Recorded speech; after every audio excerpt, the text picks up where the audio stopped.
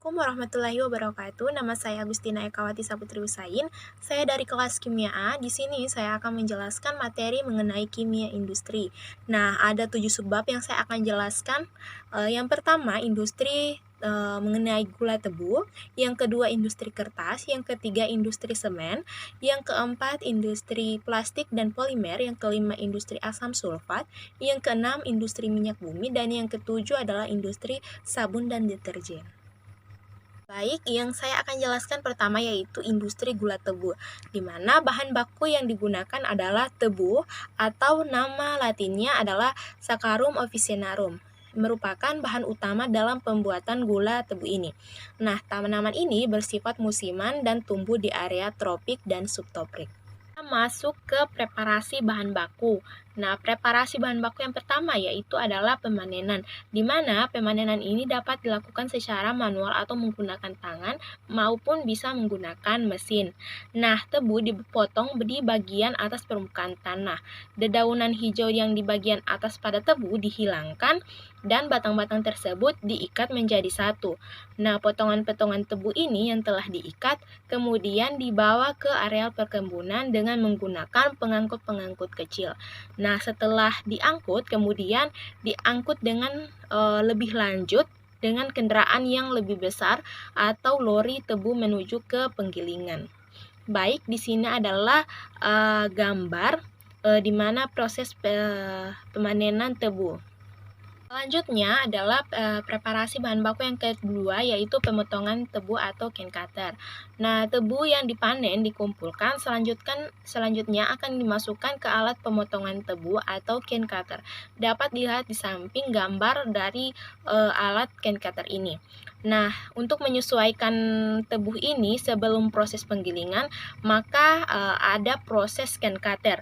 Nah, di cane cutter ini terdapat unit operasi yang bekerja yaitu mechanical size reduction. Nah, unit operasi ini bertujuan untuk mengurangi ukuran dari feed agar dapat sesuai dengan kriteria alat pengolahan berikutnya. Selanjutnya kita masuk ke preparasi bahan baku yang ketiga yaitu ekstraksi, di mana tahap pertama pengolahan ini adalah ekstraksi untuk mendapatkan sari tebu. Nah, tebu dihancurkan dalam sebuah serial penggiling yang berukuran besar yang berputar. Nah, cairan tebu yang manis dikeluarkan dan dipisahkan dari serat-serat tebu. Nah, untuk selanjutnya digunakan di mesin pemanas atau boiler. Di sini ada gambar mekanisme kerja dari ekstraksi sari tebu ini. Nah, hasil dari ekstraksi ini mengandung sekitar 15% gula dan serat residu yang dinamakan bogase, yang mengandung 1 hingga 2% gula, sekitar 50% air, dan pasir-pasir dan batu-batu kecil dari lahan yang terhitung sebagai abu. Nah, sebuah tebu bisa mengandung 12 hingga 14 serat, di mana untuk setiap 50% air mengandung sekitar 25 hingga 30 ton bogase dan tiap 100 ton tebu atau 10 ton gula. Selanjutnya kita masuk ke proses pengolahan, di mana proses pengolahan yang pertama yaitu pemurnian nira. Nah, nira yang telah didapat dari proses pengilang masih mengandung senyawa-senyawa pengotor dan non-sugar, dengan catatan gula reduksi dan sakarosa jangan sampai rusak dalam proses ini. Nah, proses ini menggunakan metode unit operasi filtrasi, di mana endapan akan berada di atas larutan. Nah, di bawah ini adalah gambar mekanisme dari pemurnian nira. Di sini saya akan menjelaskan urutan proses pemurnian nira dan akan menjelaskan mekanisme dari gambar yang saya perlihatkan tadi, di mana air nira yang sudah terpisah dari ampas tebu selanjutnya akan dialirkan ke alat heat exchanger agar suhu nira naik hingga 70%. Nah, selanjutnya nira akan dialirkan ke dalam defaktor untuk dicampur dengan susu kapur atau CaOH2.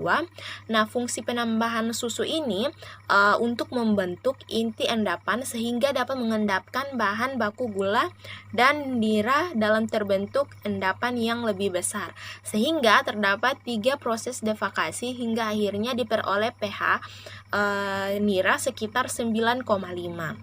Setelah itu, nira akan dialirkan ke dalam sulfitator ya, dan direaksikan dengan senyawa SO2. Nah, reaksi antara nira dan gas SO2 ini akan membentuk endapan CaSO3 yang berfungsi untuk memperkuat endapan yang terjadi sehingga tidak mudah pecah. pH akhir reaksi ini akan berkisar 7 hingga 7,2. Nah, tahap terakhir dari proses pemurnian ini adalah nira dialirkan ke bejana pengendap atau clarifier sehingga diperoleh nira yang jernih, dan bagian terendapkan adalah bagian nira yang kotor. Nah, nira yang jernih ini dialirkan ke proses selanjutnya atau proses penguapan, sedangkan nira yang kotor akan diolah dengan rotary vacuum filter untuk menghasilkan nira tapis dan blotong. Selanjutnya, saya akan tampilkan ini merupakan mekanisme dari pemurnian nira, di mana ada evaporate yang pertama, evaporate yang kedua, evaporate 3, evaporate 4, evaporate 5, dan sebagai ininya adalah sulfitator 2. Nah, yang akan menghasilkan nira kental. Nah, dapat dilihat pada gambar ini, untuk yang berwarna merah itu adalah aliran massa nilai encer. Nah, untuk yang garis panah warna biru itu merupakan aliran uap hasil evaporasi yang masih terdapat gula. Nah, aliran yang warnanya hitam itu merupakan aliran massa nira kental. Dan ada juga aliran uap hasil dari evaporasi berupa air murni, dan yang terakhir adalah air massa SO. Selanjutnya kita masuk ke proses pengolahan yang kedua, yaitu penguapan nira atau evaporasi. Nah, proses ini bertujuan untuk mengurangi kadar air yang terdapat pada nira encer yang dihasilkan dari proses pemurnian yang tadi. Nah, penguapan ini dilakukan pada suhu 65 sampai 110 derajat Celcius. Nah, pada evaporasi ini unit operasi yang digunakan adalah evaporation. Nah, itu unit operasi yang bertujuan untuk menghilangkan kadar air yang terkandung di dalam feed dengan cara menaikkan suhu feed. Nah, pada industri gula, evaporation ini bertujuan untuk mencari nira dengan konsentrasi 65% brick. Nah, setelah nira kental ini didapat dari proses evaporation, nira kental ini akan kembali masuk ke dalam tabung sulfitator dengan tujuan menurunkan vikositas nira sehingga proses kristalisasi akan menjadi lebih mudah. Nah, baik, selanjutnya adalah proses pengolahan pada tahap yang ketiga, yaitu proses kristalisasi dan proses pemisahan kristal. Nah, gula nira kental ini dapat diproses evaporasi, selanjutnya akan diuapkan ke dalam pan vacuum. Nah, proses penguapan kali ini bertujuan untuk mendapatkan kristal-kristal gula. Nah, proses ini terdiri atas dari 3 sistem, yaitu A, B, D dengan gula hasil A dan B sebagai produk, gula D dipakai sebagai bibit atau seed, dan sebagian dilebur untuk dimasak kembali. Nah, baik, di sini ada gambar alat dari proses pemisahan kristal ini, yaitu menggunakan evaporation yang diuapkan ke dalam pan vacuum. Nah, ini merupakan alatnya, dan di bawah ada mekanisme kerjanya, di mana nira kental ini masuk ke dalam pan vacuum yang bagian A, kemudian masuk pula ke pan vacuum yang bagian C. Nah, di sini ada keterangannya, di mana panah yang berwarna merah yaitu merupakan aliran nira kental yang tersulfur. Kemudian warna kuning itu merupakan aliran strop, dan yang warna merah yang kedua yaitu aliran babonan. Warna biru aliran cross kristal gula. Warna biru lagi aliran flare, dan yang warna hitam itu merupakan aliran tetes gula. Baik, yang selanjutnya adalah proses pengolahan tahap yang keempat, yaitu pengeringan kristal gula dan pengemasan kristal. Nah, di mana gula yang dihasilkan dari proses sentrifugasi ini masih memiliki kandungan air yang cukup tinggi, yaitu berkisar 20%. Nah, gula yang mengandung air ini akan lebih mudah diserang mikroorganisme yang menyebabkan kerusakan dibandingkan gula kering. Nah, oleh karena itu, kristal gula ini harus dikeringkan dengan cara menyemprotkan udara panas dengan suhunya sekitar 70 derajat Celcius ke kristal pada tangga Jacob Average. Nah, proses ini menggunakan unit operasi drying. Nah, drying ini adalah unit operasi dalam proses industri yang bertujuan untuk menghilangkan kadar air pada zat solid. Nah, ini adalah mekanisme dari pengeringan kristal gula dan pengemasan kristalnya, di mana arah panah yang berwarna biru merupakan aliran kristal gula SHS. Nah, arah panah yang berwarna merah merupakan aliran uap panas dari dryer, dan yang warna hitam merupakan gula siap kemas. Nah, baik, selanjutnya merupakan pengolahan limbah industri gula. Nah, yang pertama yaitu ampas tebu. Ampas tebunya ini atau begase itu bisa digunakan sebagai salah satu pupuk organik. Nah, di sini adalah salah satu contoh pupuk organik yang saya tampilkan. Yang kedua yaitu limbah tebu juga bisa berfungsi sebagai salah satu bahan campuran dalam pembuatan paving block. Semana yang kita ketahui bahwa paving block ini banyak diminati oleh masyarakat, bisa untuk pembuatan rumah, bisa untuk pembuatan jalan.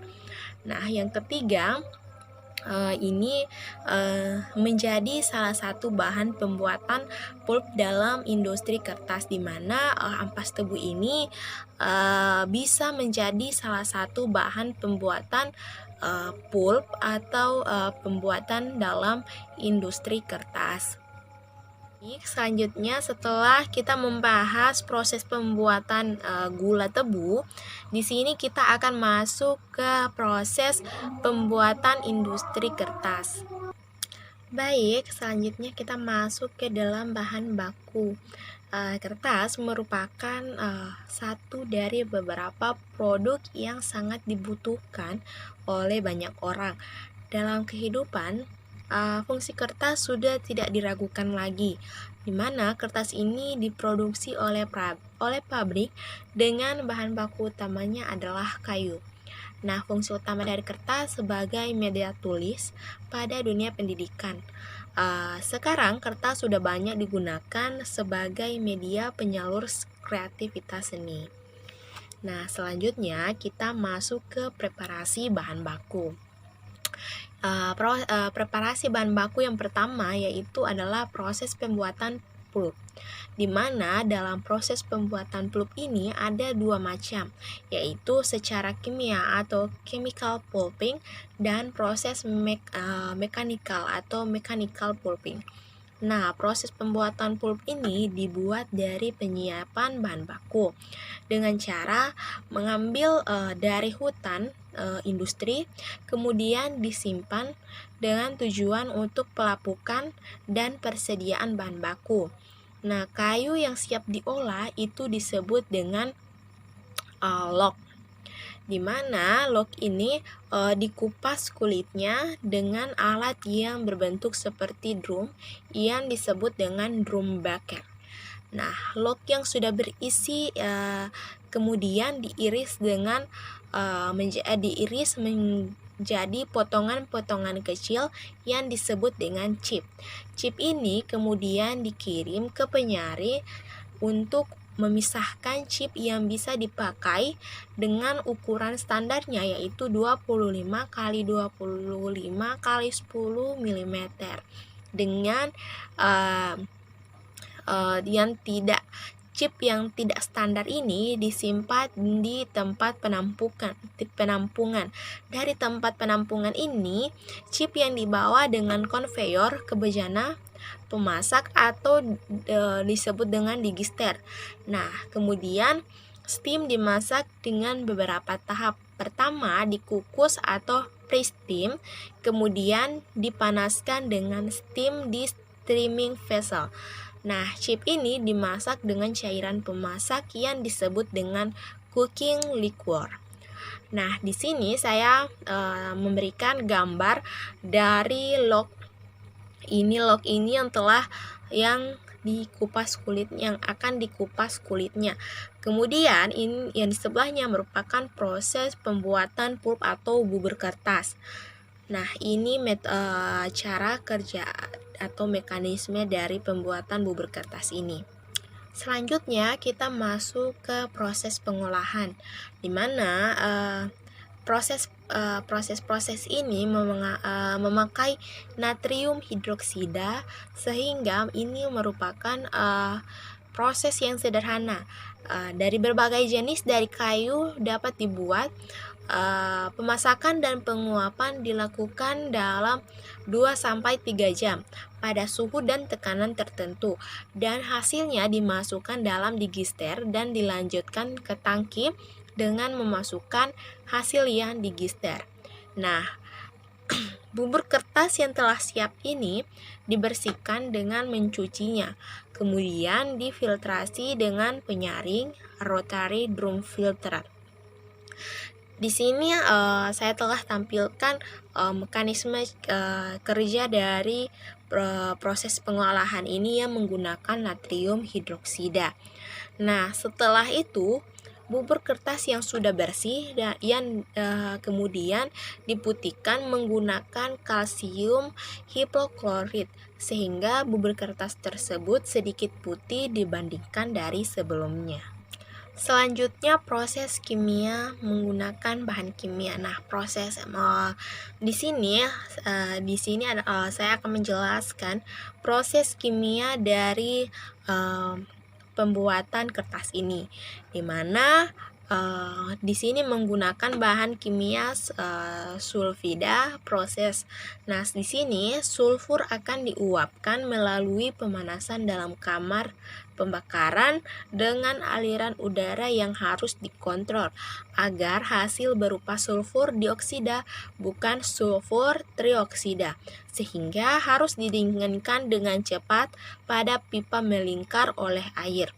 Nah, kemudian proses penyerapan dengan kalsium karbonat, hasil reaksinya seperti ini. Sulfur ditambah oksigen menghasilkan sulfur dioksida. Nah, kemudian sulfur dioksida ditambah air dan kalsium karbonat menghasilkan CaHSO3 2 kali. Nah, kemudian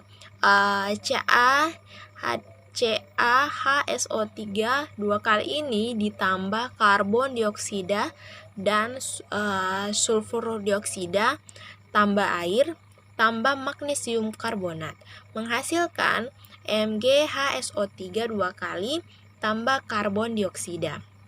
Nah, kemudian melakukan pemanasan dan setelahnya mengeluarkan pulp, kemudian masuk ke pengayakan menggunakan air bersih.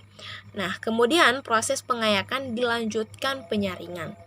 Nah, setelah dilanjutkan proses penyaringan, maka dilanjutkan dengan proses pemutihan kertas, penyaringan, dan pengering. Baik, selanjutnya kita masuk ke proses cleaning atau proses pembersihan atau pencucian bubur serat yang telah dihancurkan dalam pulper. Nah, pencucian pulp ini secara efisien sangat penting karena dilakukan untuk memastikan kebutuhan maksimal zat kimia dalam proses pulping dengan mengurangi jumlah limbah organik yang terbawa oleh pulp saat proses pemutihan tadi. Nah, pulp yang kurang tercuci membutuhkan dosis zat pemutih yang lebih besar, di mana pencucian pulp dilakukan mengikuti masing-masing proses untuk menghilangkan materi yang tidak diinginkan dalam pulp. Nah, hasil sampingnya berupa black liquor, debu, lignin, dan pemutih akan dihilangkan setelah tiap tahapan proses selesai. Nah, efisiensi pencucian diukur berdasarkan tingkat kebersihan bubur dan jumlah air yang digunakan untuk mencapai tingkat kebersihan tersebut. Selanjutnya, kita masuk ke oksigen delignification. Nah, ini merupakan penghilang lignin atau delignifikasi. Di sini menggunakan oksigen yang diperlukan untuk menghilangkan sisa-sisa lignin dari brown stock yang merupakan tahap pro-bleaching, di mana penggunaan oksigen delignification ini akan mengurangi lignin yang akan dihasilkan oleh bubur kayu dan akan menjadi lebih putih. Nah, oksigen dari larutan putih ditambahkan ke dalam brown stock dalam reaktor pemanas. Nah, senyawa lignin ini akan lepas dan dihilangkan dengan pencucian dan ekstraksi. Oksigen delignification ini akan mengurangi jumlah klorin yang dibutuhkan dalam proses pemutihan atau bleaching. Nah, selanjutnya adalah blending. Blending adalah proses pengadukan campuran bubur serat yang akan dikirim ke proses pembentukan kertas, di mana blending ini akan dikentalkan. Kekentalan bubur serat ini dikontrol dengan alat yang dinamakan CRC atau Consistent Recording Control. Nah, paper inilah paper making pulp yang sudah diputihkan, kemudian dibawa ke mesin pembuat kertas, di mana akan dibentuk lembaran pulp pada screen. Nah, air yang dihilangkan dari lembaran dengan kombinasi vakum, panas, dan tekanan yang diberikan di bagian penggulungan atau roller, itu kertas jadi dapat dibuat dengan berbagai jenis berat dan digulung menjadi gulungan besar untuk proses lebih lanjut.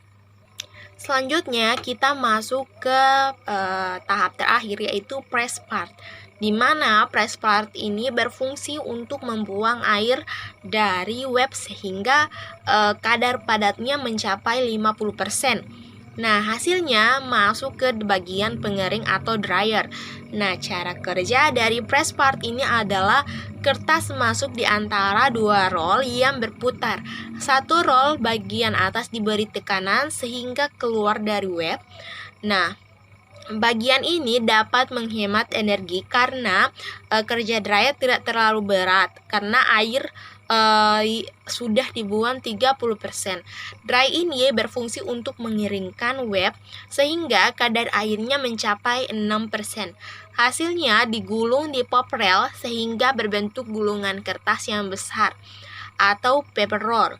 Nah, paper roll ini dipotong-potong sesuai ukuran dan dikirim ke konsumen. Nah, di sini saya tampilkan gambar dari dryer, di mana dryer ini berfungsi untuk mengeringkan web, dan ini saya tampilkan juga paper roll, di mana ini merupakan alat hasil yang terakhir dalam pembuatan kertas. Baik, selanjutnya kita masuk ke pengolahan limbah. Nah, pengolahan limbah ini di mana limbah kertas ini semakin banyak karena penggunaan kertas yang berlebihan. Nah, pengolahan limbah ini bisa dijadikan tas atau handbag, atau banyak sekali limbah-limbah kertas yang sudah dibuat semenarik mungkin dan memiliki nilai jual. Nah, bisa dibuat dari kertas bisa dibuat kertas daur ulang, bisa dibuat tas, bisa dibuat handbag. Nah, ini tergantung dari kerajinan masing-masing ya. Baik, saya mengambil satu contoh yaitu bentuk handbag, di mana bentuk handbag ini berstruktur klasik hingga yang tidak berstruktur, dan pemilihan material yang digunakan menjadikan produk handbag ini sebagai produk kria yang memiliki keunikan. Di sini saya tampilkan contoh dari handbag. Ini merupakan salah satu pengolahan limbah dari kertas. Selanjutnya, setelah kita membahas industri pembuatan gula tebu, kita membahas industri kertas, sekarang kita masuk ke industri pembuatan semen. Nah, di sini industri pembuatan semen ini memiliki bahan baku utama, yaitu dalam pembuatan semen itu adalah batu kapur dan tanah liat, di mana kedua bahan baku ini dapat diperoleh dari proses penambangan atau quarry.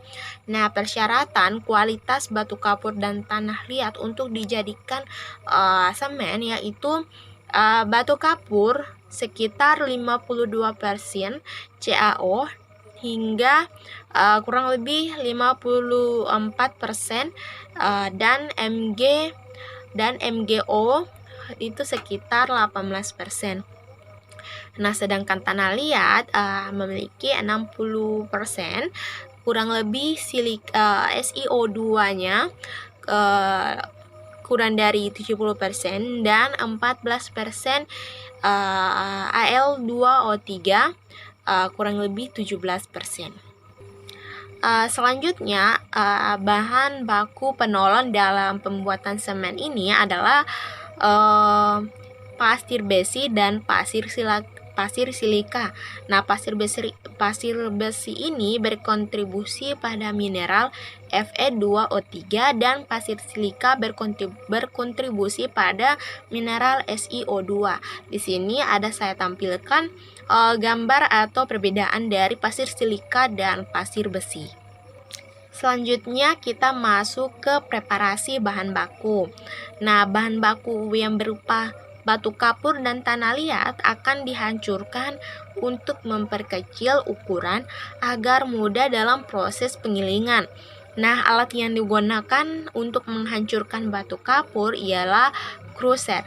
Nah, di sini saya sudah tampilkan gambar crusher. Dan alat yang digunakan untuk memecahkan tanah liat disebut dengan clay cutter. Nah, pada umumnya crusher digunakan untuk memecah batu dari ukuran diameter 100 sampai 1500 mm.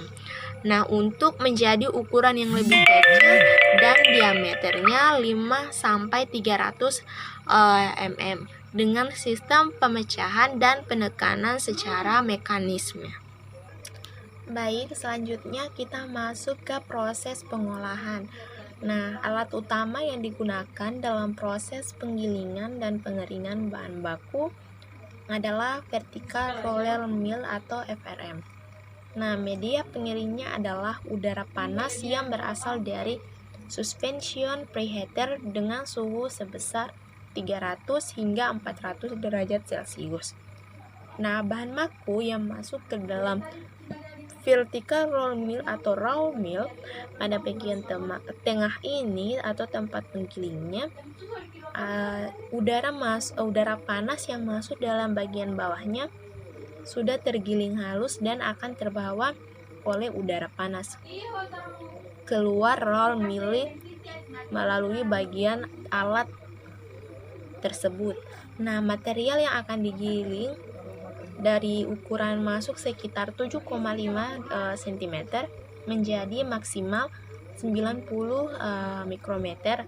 Nah, penggilingan ini menggunakan gaya sentrifugal, di mana material yang diumpankan dari atas akan terlempar ke samping karena putaran table dan akan terus tergerus oleh roller yang berputar karena putaran table itu sendiri. Nah, di sini saya ada gambar roller mill atau VRM. Nah, dan di sebelahnya adalah mekanisme kerjanya. Selanjutnya kita masuk ke tahap pembakaran. Nah, tahap pembakaran ini merupakan tahap paling rumit di mana dalam proses pembuatan semen ini merupakan proses pembakaran di mana terjadi proses konversi kimia sesuai dengan rancangan dan proses fisika untuk mempersiapkan bahan baku untuk membentuk klinker. Nah, proses ini dilakukan di dalam rotary kiln dengan menggunakan bahan bakar fosil berupa padat atau batu bara, ke cair solar atau bahan bakar alternatif. Dalam proses pembakaran dibagi menjadi 3 tahapan. Yang pertama yaitu tahap pemanasan awal atau preheating. Nah, preheating ini akan mengalami homogenisasi di blending silo. Nah, material terlebih dahulu ditampung ke dalam clean feed bin, alat utama yang digunakan untuk proses pemanasan awal bahan baku adalah suspension preheater. Nah, di sini ada gambar dari alat suspension preheater. Selanjutnya adalah proses pembakaran firing. Nah, alat utama yang digunakan adalah tanur putar atau rotary kiln. Nah, di dalam kiln terjadi proses kalsinasi hingga 100%. Nah, atau sintering dan klinkering. Nah, di sini saya tampilkan alat dari rotary kiln dan di sebelahnya adalah di dalam proses atau di pembakaran yang terjadi di dalam alat rotary kiln. Nah, temperatur atau material yang masuk ke dalam tanur ini yang berputar itu temperaturnya berkisar 800 hingga 900 derajat Celcius. Sedangkan temperatur klinker yang keluar dari tanur putar adalah 1100 sampai 1400 derajat Celcius. Baik, selanjutnya adalah finish mill atau penggilingan akhir.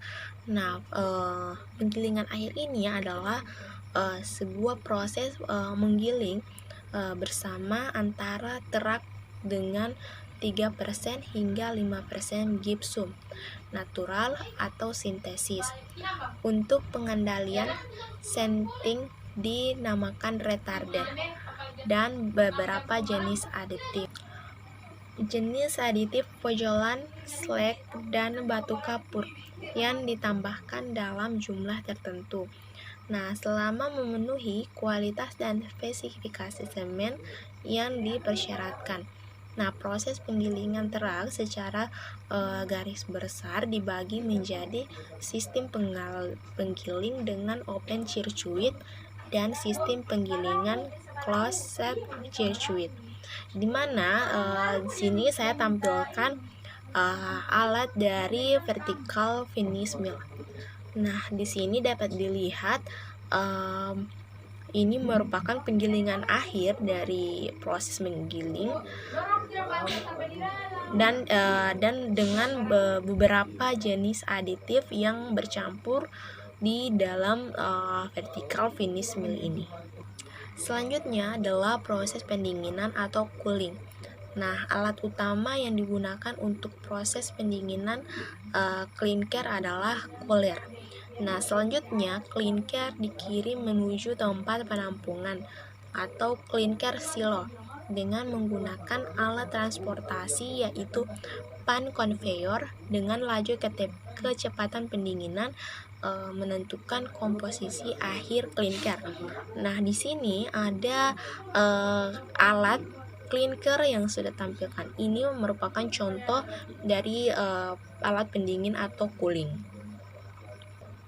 Selanjutnya adalah reaksi-reaksi yang terjadi dalam proses pembuatan semen ini, di mana terjadi reaksi alit dengan air, di mana 2CA3OSiO4 ditambah 6H2O menghasilkan 3CaO, 2SiO2, dan 3H2O ditambah 3 CaOH2 kali. Nah, selanjutnya reaksi ini relatif cepat dan menyebabkan penetapan dan perkembangan penguapan pada beberapa minggu pertama.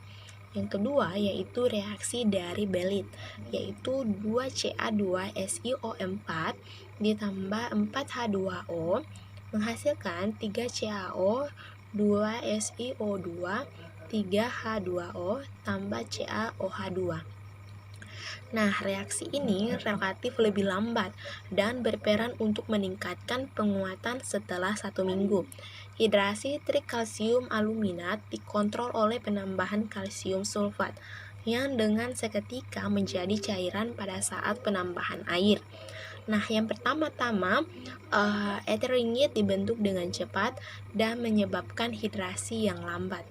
Ca3AlO3 2 kali ditambah 3 CaSO4 ditambah 3 2H2O menghasilkan Ca6AlO3 2 kali SO4 3 2H2O. Nah, sesudah itu etheringit bereaksi secara lambat dengan trikalsium aluminat lebih lanjut untuk membentuk monosulfat. Nah, Ca6AlO3 2 kali SO4 3 kali 3 2H2O ditambah Ca3AlO3 2 kali tambah 4H2O menghasilkan 3 Ca4AlO3 2 kali SO4 12H2O. Nah, reaksi ini merupakan reaksi yang sempurna setelah 1-2 hari, di mana kalsium aluminoferit bereaksi secara lambat karena adanya hidrasi baksi oksida. Dan yang terakhir adalah reaksi 2Ca2AlFeO5 tambah CaSO4 tambah 16H2O menghasilkan Ca4AlO3 2 kali SO4 dikali 12H2O tambah CaOH2 tambah 2FeOH3. Selanjutnya adalah proses pengemasan. Nah, pengemasan semen dibagi menjadi 2, yaitu pengemasan dengan menggunakan jet atau craft dan woven, dan pengemasan dalam bentuk curah. Semen dalam bentuk jet akan didistribusikan ke toko-toko bangunan dan end user, sedangkan semen dalam bentuk curah akan didistribusikan ke proyek-proyek. Nah, tahap proses pengemasan dengan menggunakan jak adalah di mana silo semen atau tempat penyimpanan produk dilengkapi dengan sistem aerasi untuk menghindari penggumpalan koagulasi semen yang dapat disebabkan oleh air dari luar, dan pelindung dari udara atau ambien yang memiliki humiditas tinggi. Setelah itu, semen dan silo dikeluarkan dengan menggunakan udara bertekanan discharge dari semen silo, lalu dibawa ke bin penampung sementara sebelum masuk ke mesin packer atau loading ke truk. Nah, di sini ada gambar proses pengemasan dari semen. Selanjutnya adalah pengolahan limbah. Limbah terbesar dari industri semen adalah limbah gas dan limbah vertikal. Limbah yang diproduksi pabrik keluar dan bercampur dengan udara. Secara alamiah, udara mengandung unsur kimia seperti O2, N2, CO2, H2, NO2, dan lainnya. Zat pencemar melalui udara diklasifikasikan menjadi 2, yaitu bagian gas dan partikel. Nah, yang pertama saya akan jelaskan yaitu limbah partikel. Partikel merupakan butiran halus dan masih sedikit terlihat langsung oleh mata, seperti uap air, asap, kabut, dan debu. Debu adalah partikel zat padat yang timbul pada proses industri, seperti penghancuran, peledakan, pengolahan, baik yang berasal dari bahan organik maupun anorganik. Nah, untuk menghindari dampak yang diakibatkan dari limbah melalui udara, maka dari itu dilakukan pengendalian dengan penetapan nilai ambang batas.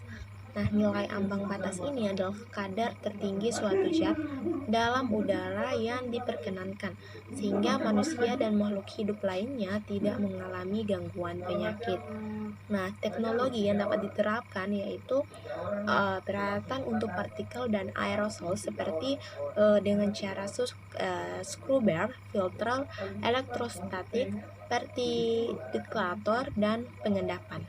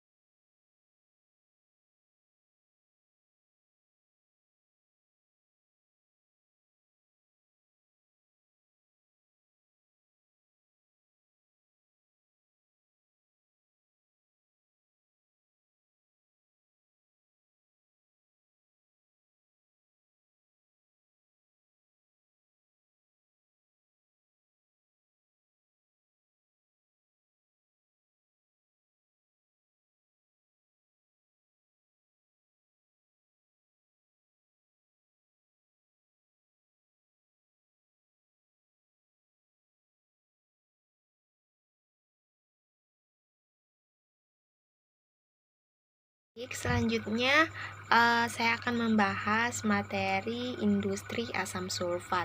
Nah, di sini saya akan menjelaskan bahan bakunya, yaitu dalam perkembangan industri di Indonesia yang semakin pesat, terutama di Indonesia yang menggunakan bahan kimia, maka diperlukan bahan penunjang yang dapat memperlancar jalannya proses industri tersebut. Bahan penunjang yang banyak digunakan adalah asam sulfat. Sampai saat ini, asam sulfat masih tetap merupakan standar tingkat kemajuan industri dalam suatu negara. Nah, di sini bahan baku yang digunakan dalam proses pembuatan asam sulfat adalah belerang, dan bahan pembantunya adalah oksigen, air, dan katalis vanadium pentaoksida. Selanjutnya, kita masuk ke preparasi bahan baku. Nah, preparasi bahan baku yang pertama yaitu adalah pembakaran belerang.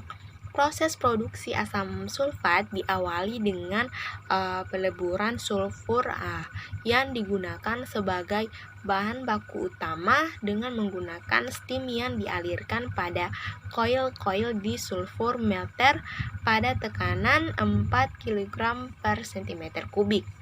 Nah, kemudian sulfur cair dipompakan dari sulfur meter melalui pipa-pipa dan disemprotkan ke dalam furnace. Nah, di dalam furnace ini terjadi pembakaran belerang dengan udara. Nah, di sini saya tampilkan gambar furnace yang ada dalam industri asam sulfat. Nah, dengan hasil reaksinya adalah di mana sulfur ditambah oksigen menghasilkan SO2. Nah, selanjutnya kita masuk ke preparasi bahan baku yang kedua, di mana di sini ada mekanisme dari sulfur yang pertama, preparasi sulfur yang pertama yaitu pembakaran belerang, di mana sulfur dibakar. Kemudian sulfur dioksida atau generation-nya itu ada udara kering, kemudian konversi atau sulfur dioksida, kemudian ada adsorpsi atau sulfur trioksida. Nah, selanjutnya kita masuk ke proses pengolahan. Nah, proses pengolahan ini merupakan salah satu penunjang atau hal yang paling penting dalam suatu industri, di mana proses pengolahan yang pertama yaitu adalah oksidasi katalis SO2 menjadi SO3 dengan bantuan katalis. Udara yang digunakan disuplai oleh main blower yang sudah mengalami proses pengeringan. Nah, di sini saya sudah tampilkan alat yang digunakan dalam oksidasi katalis SO2 yaitu drying tower. Nah, di sini pada gambar drying tower ini ada rangka awalnya, ada stick, ada damper, batching, ada convection section, seal section, dan radiant section. Nah, di sini udara yang digunakan disuplai oleh main blower yang sudah mengalami proses pengeringan. Nah, proses pengeringan udara dilakukan di drying tower dengan menggunakan asam sulfat sirkulasi dengan konsentrasi 93% hingga 98%. Nah, proses pengeringan udara tersebut dimaksudkan untuk mencegah terjadinya korosi oleh gas pada pembakaran dan untuk menghilangkan kandungan air dalam udara. Nah, selanjutnya gas hasil pembakaran di furnace tadi kemudian dialirkan ke alat yang itu boiler. Nah, melalui tub-tub untuk mengambil panasnya yang berguna untuk menghasilkan steam untuk mencairkan belerang. Nah, ini ada gambar boiler. Nah, di sini boiler ini sebagai tempat untuk menghasilkan steam untuk mencairkan belerang. di sulfur melter. Nah, sulfur melter ini sebagian gas yang lain dialirkan ke heat exchanger bersama dengan gas keluar dari boiler yang telah diambil panasnya. Di dalam heat exchange, gas didinginkan dengan menggunakan udara yang disuplai oleh blower. Setelah itu, aliran gas mengalami proses penyaringan dan penstabilan suhu gas di hot gas filter. Nah, selanjutnya dari hot gas filter ini, aliran gas yang masuk ke konverter ini terdiri dari 4 bed katalis, yaitu FuF2A O5. Nah, aliran gas masuk ke setiap bed yang diatur pada temperatur 425 hingga 440 derajat Celcius. Dengan bantuan katalis ini, aliran gas tersebut atau SO2 diubah menjadi gas SO3. Nah, reaksi ini merupakan reaksi eksoterm sehingga gas tersebut harus digunakan pada tahap-tahap katalis.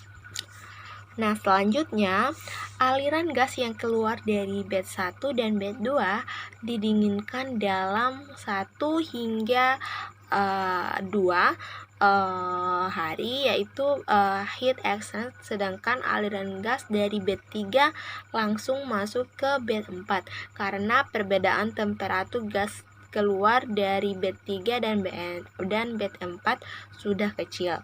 Nah, reaksi yang dihasilkan adalah SO2 tambah setengah O2 menghasilkan SO3. Nah, dari konverter aliran gas SO3 masuk ke dalam SO3 cooler A yang untuk didinginkan. Nah, kemudian digunakan lebih lanjut ke SO3 cooler B. Setelah itu aliran gas tersebut masuk ke absorbing tower. Nah, di sini saya tampilkan gambar absorbing tower dalam proses industri asam sulfat. Ya, baik, selanjutnya absorpsi gas SO3. Nah, di absorbing tower terjadi proses penyerapan gas SO3 dengan menggunakan sirkulasi asam sulfat dengan konsentrasi 98 hingga 99% yang diatur di ATPUMP tank. Nah, asam sulfat yang dihasilkan pada ATPUMP tank setelah mencapai level maksimum yang ditentukan, kemudian ditransfer dan ditampung di sulfuric acid stronger tank. Nah, reaksi yang terjadi dalam absorbing tower yaitu SO3 tambah H2SO4 menghasilkan H2SO4 SO3. H2SO4 SO3 ini ditambah dengan H2O menghasilkan 2 H2SO4. Selanjutnya kita masuk ke pengolahan limbah. Nah, dalam produksi asam sulfat tentunya bahan-bahan yang digunakan sebagai prekursor ini adalah bahan kimia, sehingganya bahan buangan dari produk itu disebut dengan limbah. Nah, dalam pabrik yang memproduksi asam sulfat tentu ada jenis-jenis limbah yang berbeda wujudnya. Dengan demikian, cara pengelolaan limbah tersebut berbeda. Nah, di sini saya tampilkan jenis-jenis limbah dan jenis-jenis limbah asam sulfat dan cara pengelolaannya.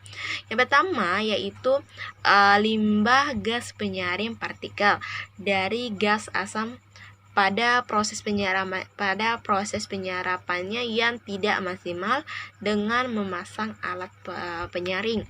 Kedua yaitu limbah cairan, pengelolaannya dengan adanya penetralan.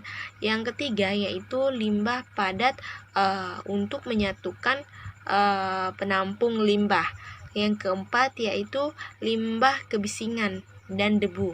Di sini dilakukan penghijauan di beberapa titik.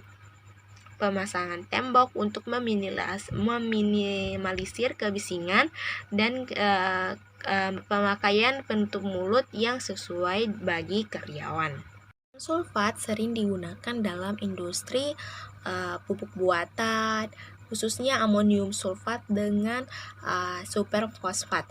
Nah, dalam skala besar, asam sulfat ini digunakan dalam pembuatan pigmen, khususnya barium sulfat dan titanium dioksida. Nah, pembuatan deterjen, bahan pewarna, obat-obatan, serta plastik. Asam sulfat juga bisa digunakan untuk memisahkan hidrokarbon untuk menghilangkan lapisan film zat asam dari besi atau baja sebelum memproses pelapisan, pengecetan, mengisi aki atau baterai, dan pembuatan sutra sintetik.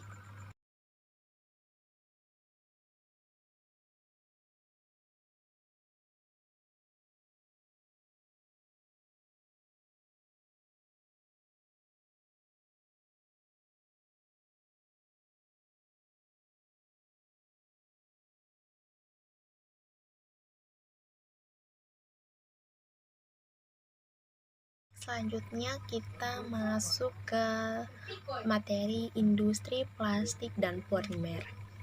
Nah, bahan baku yang digunakan dalam pembuatan industri plastik dan polimer yaitu yang pertama, plastik adalah senyawa makromolekul organik polimer yang diperoleh dari polimerisasi, polikondensasi, poliadisi, dan proses sejenis molekul-molekul yang berat, molekulnya lebih rendah atau monomer, atau perubahan kimia senyawa makromolekul alami.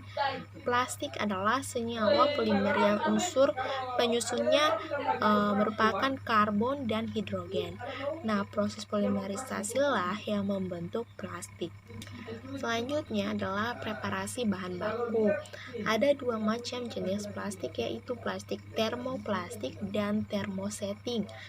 Nah, yang preparasi bahan baku yaitu injection molding, atau pada tahapan pertama ini adalah proses pembuatan plastik ini berupa pelet atau biji plastik. Nantinya biji plastik ini akan dimasukkan ke dalam sebuah tabung yang memiliki pemanas, dan di dalamnya akan terjadi proses pelelehan biji dengan menggunakan sekrup yang ada di dalam tabung tersebut. Nantinya setelah dilelehkan, maka lelehan plastik itu akan masuk ke dalam cetakannya. Baik, ini merupakan salah satu mekanisme dalam proses injection molding, di mana ada feed helper, ada gather for circular. Itulah mekanisme dari injection molding. Contoh dari injection molding itu yaitu piring plastik, sendok, garpu plastik, pot bunga, kotak bekal, botol minuman plastik, dan lain sebagainya. Nah, selanjutnya adalah proses pengolahan. Proses pengolahan ini yang pertama adalah pengerolan atau calendering. Calendering adalah suatu proses di mana lembaran-lembaran dari material termoplastik dibuat dengan cara melewatkan polimer halus yang dipanaskan di antara dua buah roll atau lebih. Nah, contoh proses pengerolan atau calendering itu yaitu di mana pembuatan lembaran untuk jas hujan, lembaran plastik untuk alas tidur bayi, atau lembaran plastik yang digunakan dalam rumah tangga, dan cover sheet plastik. Nah, yang kedua adalah proses pengolahan yang kedua yaitu ekstruksi. Ekstruksi adalah suatu pembuatan plastik termoplastik yang berbentuk profil atau bentukan yang sama dengan ukuran panjangnya yang cukup besar. Nah, di sini saya sudah tampilkan proses calendering dan proses extrusion proses. Nah, di mana pada proses extrusion proses ini ada pada saat extruder ini di mana Hepper masuk, kemudian melewati script header bronze. Nah, kemudian ada extrusion, kemudian shipping plants, kemudian ada tempat penampungan air dan put holder, kemudian ada wind up put arm mechanism atau cutting removal. Ini merupakan proses dari ekstruksi. Selanjutnya adalah proses thermoforming. Nah, pada tahapan ini maka lelehan biji plastik tadi telah berubah menjadi lempengan atau lembaran yang kemudiannya nanti akan dipanaskan kembali dan dimasukkan ke dalam sebuah cetakan lainnya. Pada tahap ini waktunya tidak begitu lama untuk melanjutkan ke tahapan berikutnya. Nah, selanjutnya adalah blow molding. Nah, blow molding ini adalah tahap terakhir di mana lelehan biji plastik yang telah membentuk bentuk lain yaitu pipa itu akan ditiup secara terus-menerus ke cetakan selanjutnya, yang kemudian terbentuklah plastik yang siap dibentuk dan dilakukan proses selanjutnya menjadi sebuah benda yang berguna untuk kehidupan manusia. Nah, selanjutnya adalah pengolahan limbah plastik. Nah, pengolahan limbah plastik ini sebenarnya banyak yang telah mengelola sampah-sampah plastik di mana bisa dijadikan nilai jual juga. Di mana sekarang ini sudah banyak yang menjual hasil kerajinan tangannya dari plastik. Banyak juga limbah plastik ini bisa ditanam dan bisa menjadi selanjutnya saya akan menjelaskan materi industri minyak bumi. Minyak bumi juga dapat disebut petroleum yang asalnya dari bahasa Yunani, yaitu dari kata petrus dan lumus serta juga oleus. Nah, petrus adalah batu dan oleus adalah minyak. Nah, minyak bumi ini merupakan cairan kental coklat yang kehitaman yang tersusun oleh beberapa senyawa hidrokarbon yang tersusun secara kompleks. Nah, di sini saya akan menjelaskan dari bahan bakunya. Bahan baku pembuatan minyak bumi ini menurut teori biogenesis ini bahwa jasad renik dari makhluk hidup yang bersumber baik dari tumbuhan, hewan maupun manusia merupakan bahan pembentuk minyak bumi. Nah, di sini saya mengambil yang paling banyak digunakan untuk pembuatan minyak bumi adalah berasal dari makhluk hidup, yaitu tumbuhan, dan berasal dari tumbuhan ganggang. Ganggang sendiri merupakan salah satu biota terpenting dalam menghasilkan minyak bumi.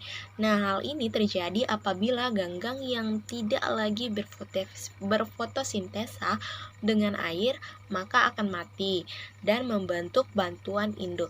Sedangkan untuk tumbuhan yang berbiji atau yang disebut dengan tingkat tinggi, apabila tidak mengalami fotosintesa lagi maka akan mati, di mana mereka akan sering memproduksi kandungan gas daripada minyak bumi. Nah, ini merupakan salah satu foto dari ganggang yang digunakan dalam pembuatan minyak bumi. Baik, agar suatu minyak bumi yang diolah dari minyak mentah dapat dikonsumsi oleh masyarakat luas, perlu adanya beberapa perlakuan atau proses yang baik secara fisika maupun kimia untuk menghasilkan minyak bumi yang sesuai dengan prosedurnya. Nah, proses tersebut dilakukan untuk memurnikan dan mengubah struktur dari komponen-komponen agar diperoleh produk yang bermanfaat bagi konsumen. Nah, dalam pengelolaan minyak bumi dapat dihasilkan beberapa produk-produk yang bermanfaat bagi kebutuhan masyarakat. Di antaranya adalah gas LPG, aftur, afgas, bahan bakar kendaraan seperti bensin dan solar, minyak tanah, dan aspal yang berguna dalam pembuatan jalan. Baik, selanjutnya kita masuk ke preparasi bahan baku. Nah, tahap pertama dalam preparasi bahan baku yaitu pembentukan batuan induk yang mana terbentuk dari ganggang yang telah mati. Nah, bahan baku tadi kita akan mengambil ganggang. Jadi ganggang itu yang sudah tidak berfotosintesa dengan air, maka dia akan mati dan mengalami pengendapan di dasar laut sehingga terbentuk batuan-batuan induk. Nah, senyawa karbon terkandung di dalam batuan induk ini terbentuk dari ganggang melalui proses yang spesifik, sehingga tidak semua cekungan bisa terbentuk menjadi batuan induk. Artinya jadi tidak semua tumbuhan ganggang yang mati bisa membentuk batuan induk. Nah, kemudian tahap yang kedua yaitu tahap pengendapan batuan induk yang akan tertimbun oleh batuan lain selama jutaan tahun. Adapun batuan yang menimbun batuan induk itu disebut juga batuan sarang yang pada umumnya terbentuk dari batu gamping, pasir, dan batu vulkanik. Nah, semakin lama maka batuan akan menumpuk dan semakin banyak. Nah, hal ini yang akan membuat batuan induk pada dasarnya akan tertekan ke dalam sehingga suhu di dalam akan semakin tinggi. Pada suhu 50 sampai 100 derajat Celcius, maka minyak akan terbentuk. Nah, tahap ketiga terbentuknya hidrokarbon dari reaksi perubahan karbon dengan hidrogen, yaitu menghasilkan minyak mentah yang mana berupa cairan dengan memiliki kekentalan. Minyak mentah memiliki kekentalan yang lebih tinggi atau lebih kental dibandingkan air. Namun, minyak mentah memiliki densitas atau berat jenis yang lebih rendah daripada air. Nah, hal ini terbukti dari letak minyak mentah di bumi yang berada di pertengahan air dan gas. Nah, selanjutnya adalah proses pengolahan. Nah, proses pengolahan yang pertama yaitu destilasi. Destilasi adalah suatu teknik pemurnian dan pemisahan suatu zat cair berdasarkan tingkat volatilitas dan titik didih dari komponen-komponennya. Nah, pada pengolahan minyak bumi, destilasi yang digunakan adalah destilasi bertingkat atau fraksionisasi. Ini didasarkan pada pemisahan fraksi-fraksi dengan perbedaan titik didihnya, di mana minyak mentah mula-mula dipanaskan dalam sebuah tanur yang tinggi pada tekanan 1 atm pada suhu kurang lebih 3-500 derajat Celcius. Nah, dapat diketahui bahwa semakin rendah titik didih, maka fraksi tersebut akan terletak di bagian atas pada tanur. Nah, semakin tinggi titik didih, maka fraksi tersebut akan berada bagian bawah pada tanur. Nah, perbedaan titik didih yang menyebabkan fraksi ini akan terpisah. Nah, di sini saya tampilkan adalah gambar fraksi minyak bumi, di mana bagian atas itu ada gas, yang kedua nafta atau petroleum ether, kemudian bensin, kemudian minyak tanah atau kerosin, diesel, pelumas oil, dan parafin atau lilin, aspal, dan residu. Nah, gas sendiri dia suhunya sampai 20 Celcius, nafta 40 Celcius, bensin 70 Celcius, minyak tanah 120 Celcius, diesel 200 Celcius, dan pelumas 300 Celcius, dan parafin dan aspal itu berada di 600 Celcius. Selanjutnya kita masuk ke proses racking. Nah, racking ini adalah proses setelah distilasi atau sering disebut dengan merengkah, merupakan proses pembelahan atau penguraian partikel-partikel hidrokarbon yang berukuran besar menjadi partikel-partikel hidrokarbon kecil dalam fraksi minyak bumi. Adapun 3 cara yang digunakan dalam proses cracking: thermal cracking, catalytic cracking, dan hydrocracking. Nah, contohnya ia adalah pengubahan solar menjadi minyak tanah. Nah, ini saya tampilkan gambar dari proses cracking. Nah, selanjutnya kita masuk ke proses reforming. Nah, reforming ini merupakan perubahan struktur molekul dari karbon yang rantainya lurus menjadi karbon yang rantainya bercabang dengan adanya bantuan katalis dan pemanasan. Reforming biasanya terjadi pada perubahan mutu bensin dari yang kurang baik menjadi lebih baik, walaupun strukturnya berbeda dalam molekul yang sama. Selanjutnya, alkilasi dan polimerasi. Alkilasi merupakan proses di mana karbon yang rantainya bertambah pada fraksi sehingga molekulnya lebih panjang dan bercabang. Kemudian proses alkilasi dilakukan dengan bantuan penambahan katalis seperti asam skuat. Nah, sedangkan polimerisasi merupakan proses di mana partikel-partikel kecil bergabung menjadi partikel-partikel yang besar sehingga menghasilkan produk yang bagus. Nah, selanjutnya adalah proses treating. Treating merupakan proses setelah eliminasi dari pengotor-pengotornya yang kemudian dilakukan pemurnian terhadap fraksi minyak bumi. Pengotor-pengotor yang dieliminasi tersebut biasanya berbau tidak sedap dan beberapa proses. Nah, selanjutnya proses blending. Blending ini merupakan proses akhir dalam pengolahan minyak bumi. Pada proses ini ditambahkan zat adiktif untuk meningkatkan kualitas akhir dari minyak bumi. Contohnya tetraethyl leadatol atau TEL yang merupakan zat adiktif penambah bilangan oktan bensin. Jadi blending ini salah satu teknik proses material di mana cara kerjanya dengan menggabungkan atau mencampurkan bahan material dengan jumlah yang ditentukan. Nah, di sini saya akan jelaskan salah satu pembuatan bensin. Nah, bensin ini merupakan salah satu hasil pengolahan minyak bumi yang mana berupa cairan yang terjadi pada suhu 40 hingga 200 derajat Celcius dengan jumlah atom karbon 5-10 yang berfungsi sebagai bahan bakar. Nah, pada proses pembuatan bensin ini di mana menghasilkan gas olin yang belum dapat digunakan. Akan tetapi masih perlu penambahan beberapa bahan kimia untuk dicampurkan memperbaiki mutu sehingga aman dalam pemakaiannya.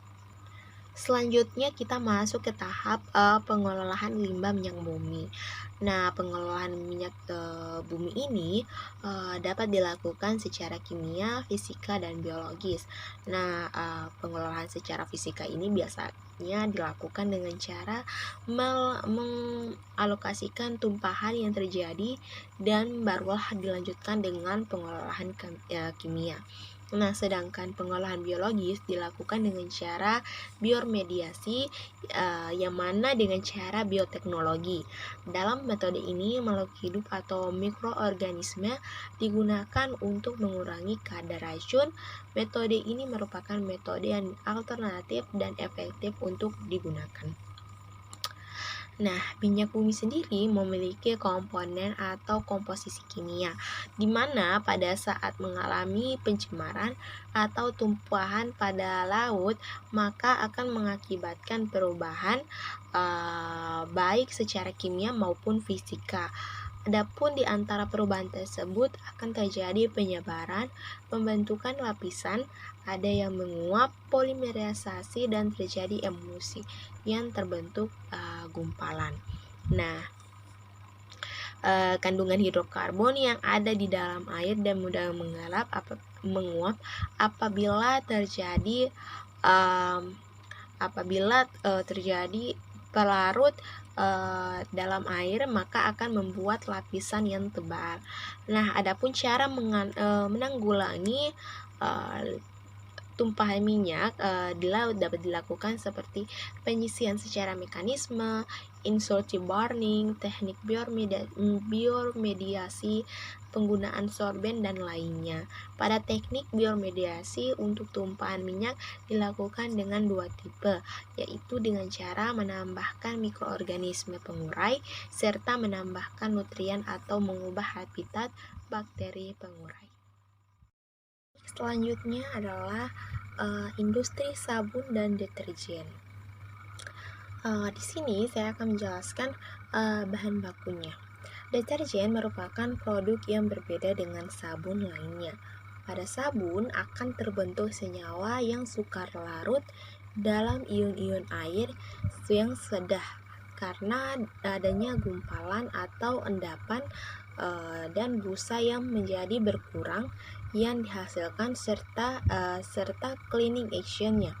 Sedangkan deterjen dia dapat direaksikan dengan ion air saja, di mana menghasilkan produk yang larut atau dapat terdispersi berbentuk koloid di dalam air. Nah, di dalam pembuatan deterjen terdapat bahan-bahan penyusunnya, yaitu surfaktan, swift regulator, builders, dan aditif. Sabun merupakan campuran garam natrium atau kalium dengan minyak hewani atau lemak nabati. Adapun asam lemak natrium hidroksida, NaOH, air, zat adiktif, gliserin, surfaktan. Baik, selanjutnya kita masuk ke preparasi bahan baku, di mana spray drying merupakan proses modern dalam pembuatan deterjen bubuk sintetik, di mana dalam spray drying terjadi proses pengabutan dan dilanjutkan proses pengeringan. Nah, di sini saya memberikan ilustrasi tentang spray drying ini. Sedangkan preparasi bahan baku pada sabun yaitu lemak atau minyak terlebih dahulu dipanaskan dengan sebuah alkali atau NaOH atau KOH berlebih pada sebuah ketel. Nah, bila penyabunan selesai, ditambahkan garam-garam agar dapat mengendapkan sabun. Nah, pada lapisan ini air yang terkandung gliserol, garam, dan kelebihan alkali dipisahkan dan pada proses penyulingan dan proses gliserol. Lemak atau minyak terhidrolisis oleh air pada suhu dan tekanan tinggi dengan dibantu oleh katalis seperti sabun, seng, minyak atau lemak yang dimasukkan dengan secara kontinu dari ujung reaktor besar salah satunya. Nah, gliserol dan asam lemak yang telah terbentuk kemudian mengeluarkannya dari ujung yang berlawanan dengan cara penyulingan. Asam-asam ini kemudian dinetralkan dengan alkali untuk menjadi sabun. Di dalam pembuatan deterjen tadi terdapat bahan penyusunnya yaitu surfaktan. Surfaktan sendiri merupakan bahan di mana rambatan permukaan suatu cairan meningkat. Nah, yang kedua sweet regulator. Nah, sweet regulator ini merupakan zat yang ditambahkan agar surfaktan bekerja lebih efektif pada alat mesin pencuci. Nah, selanjutnya adalah builders. Builders ini merupakan kompleks fosfat, contohnya natrium tripolifosfat yang umum dipergunakan sebagai pencegah menempelnya noda. Nah, selanjutnya ada zat aditif. Zat aditif ini yang ditambahkan untuk contohnya fluoresen yang dapat dijadikan serat kain yang lebih terang karena dapat mengubah sinar UV menjadi cahaya tampak. Nah, selanjutnya kita masuk ke proses pengolahan sabun dan deterjen. Nah, di sini saya sudah memberikan ilustrasi tentang proses pengolahan, dimana pada deterjen ini yang pertama prosesnya itu adalah alat pengangkut atau konveyor ini mengumpulkan terus-menerus padatan yang telah ditimbang sebelumnya dengan membawa padatan tersebut ke kluter slurry. Nah, kluter slurry ini menerima komponen-komponen liquid yang mengalir secara tetap dari damper yang mengumpulkan berbagai umpan. Nah, yang ketiga yaitu ketika formula padat. Nah, meliputi senyawa sulfonik, anionik, dan sabun, asam lemak, dan asam sulfonik dinetralisirkan dengan alkali dalam mixer sebelum umpan dikirim, di mana dimasukkan ke dalam kluter slurry. Nah, selanjutnya kluter slurry itu merupakan mixer dengan kecepatan putaran yang tinggi yang didesain untuk mengurai fine dan membuat campuran menjadi homogen.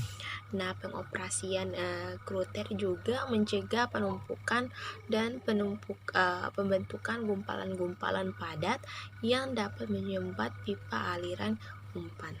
Nah, yang kelima yaitu dari kluter slurry kemudian ditransfer menuju vessel aging, di mana campuran tersebut dihormogenisasi lebih lanjut dan diatur berdasarkan derajat hidrosin yang dari garam anorganik yang diperlukan seperti soda as, natrium sulfat, dan sodium trifosfat yang ada dalam formula. Nah, selanjutnya setelah slurry terbentuk, barulah masuk ke spray drying tower.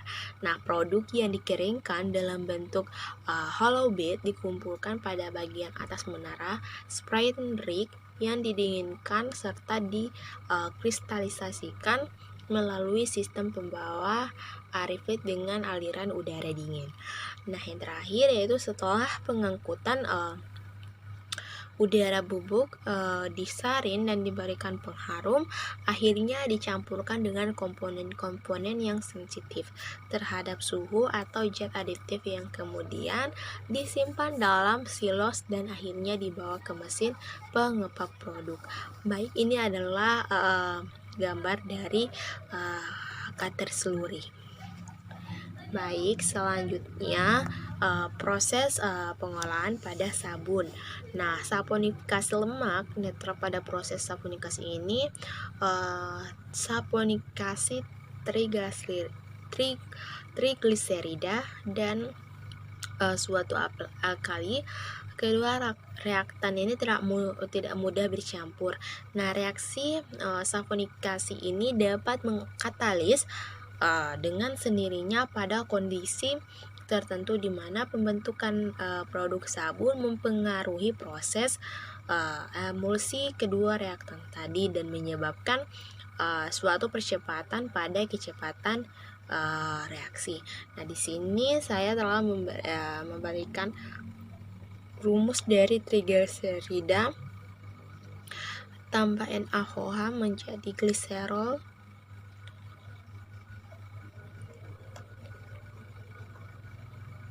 dan tambah sabun. Kemudian selanjutnya pengeringan sabun mengurangi kandungan air pada sabun dari 30% hingga 35%. Nah, pada sabun murni terjadi 8% hingga 18% pada sabun butiran seperti pasir atau lempengan dengan menggunakan vacuum spray dry. Nah, semua jenis vacuum spray dry ini dapat digunakan sebagai proses membuat sabun dari sistem tunggal hingga multi sistem.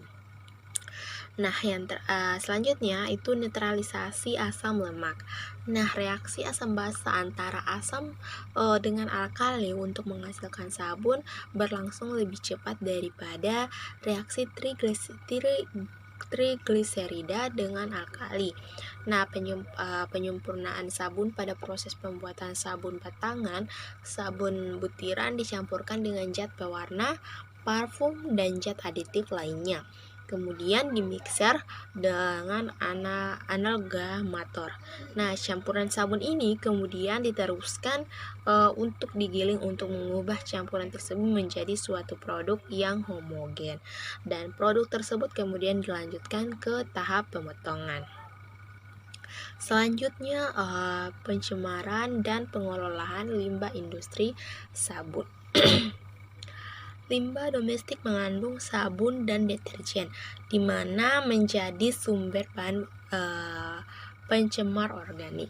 Nah, sabun menghasilkan kekuatan pengemulsian dan menurunkan tegangan permukaan air. Nah, industri sabun menghasilkan limbah berupa minyak lemak, sop gliserin, NaCl, dan H2O. Untuk mengurangi pencemaran lingkungan, dilakukan pemisahan sop gliserin dari campuran limbah tersebut. Sal gliserin dibuat menjadi triasetin gliserin dengan menggunakan proses asetilisasi yang memerlukan variabel suhu, kecepatan, dan waktu pengadukan. Pembuatan triasetin digunakan untuk mengurangi pencemaran lingkungan, menambah wawasan, serta digunakan dalam industri kosmetik, obat-obatan. Itulah presentasi materi kimia industri dari saya. Apabila ada kekurangan mohon dimaafkan. Assalamualaikum warahmatullahi wabarakatuh.